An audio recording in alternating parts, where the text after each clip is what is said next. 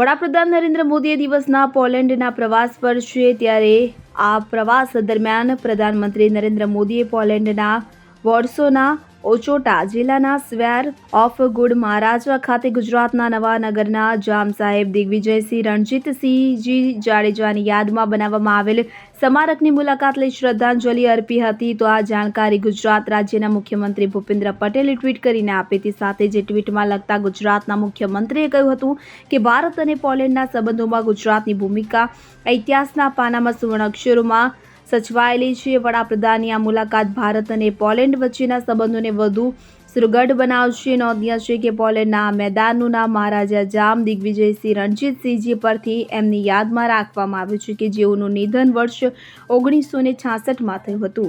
Bureau report CN24 news. હવે જુઓ દેશ દુનિયાની તમામ ખબરો તમારી આંગળીના ટેરવે.